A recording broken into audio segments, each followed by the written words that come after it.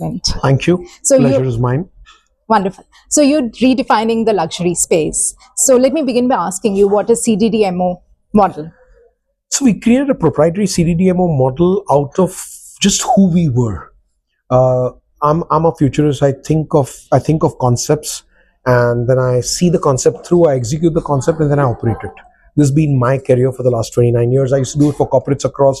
We started doing it at Della 15 years back. We created concepts, glamping resort, military tourism, adventure in India, manufacturing in luxury interiors, designing iconic structures.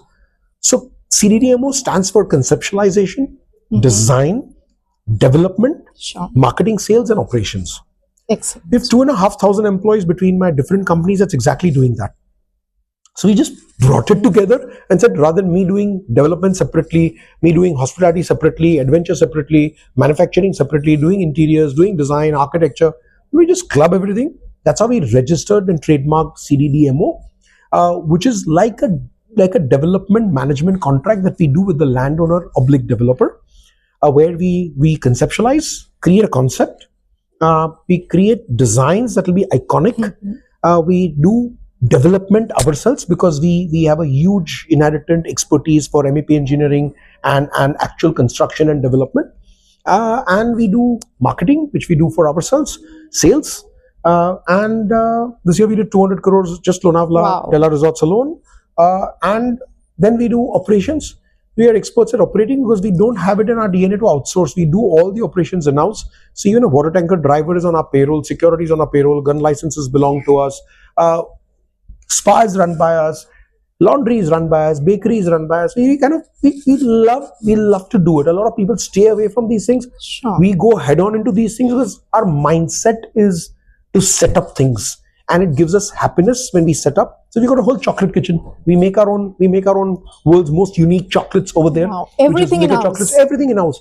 And in each we look for passionate people who are working with us. Then we dwell into it. Why not use a normal cocoa? Why use the most expensive cocoa? Where do we get it from? Which is the world's most expensive chocolate cocoa available? So the whole idea is we are passionate about doing what we're doing. We don't do it for the heck of it. Of course, it's going to make money, but it's a byproduct. Anything good you do, you add value, is going to make money. Excellent. Right? We see a new adventure activity, we want to deploy. Why is it not there in India? How can we create it? We start doing R&D. So all of these things cumulatively make Della what it is, and that's why we are pioneers of experiential hospitality in India. I want to be known as that because it can only do good to our country. The more we amplify it, and the more people realize what experiential hospitality is, it's going to help brand India, and that's what is a chip on my shoulder. And for me, brand India comes before everything else. Before me, before my company, before us, before religion.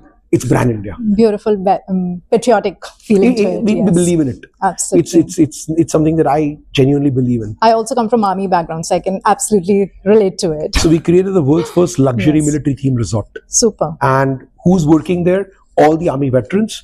We have none other than Lieutenant General Raymond Narona as our director. Wonderful. Head of Southern Command, a man who's been at the helm of affairs of Indian Army Southern Command. We've got Marcos Commando, NSG Commandos, Black Cat, paratrooper, a guy who's got 3 bullets in his body, the guy who's handled Somalian piracy, our colonel, he's a one-leg amputee and runs marathons. So for me, all of this is not work, all of this is passion. I love being with them. I love inducting them in the company. I love the way they represent my brand.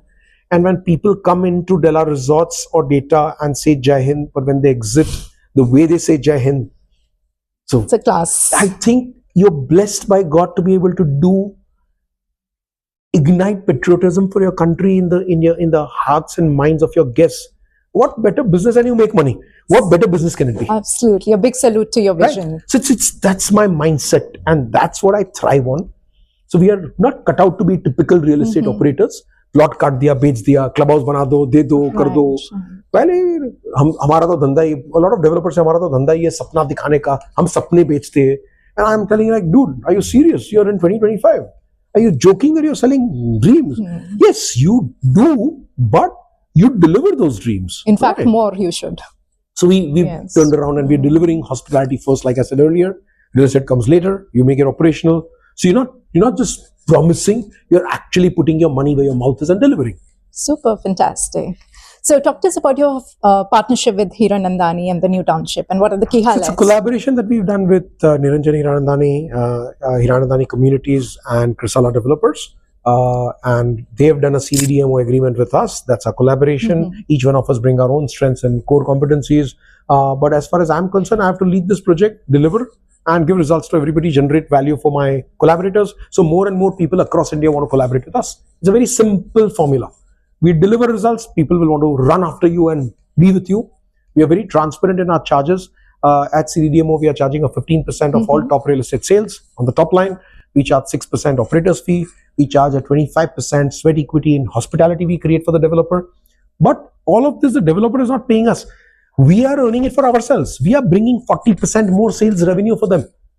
And then we are taking our 15%. Right. So it's kind of wonderful proposition. It's a proposition and very scalable. Because then you're not running out of finances, you're not running out of land.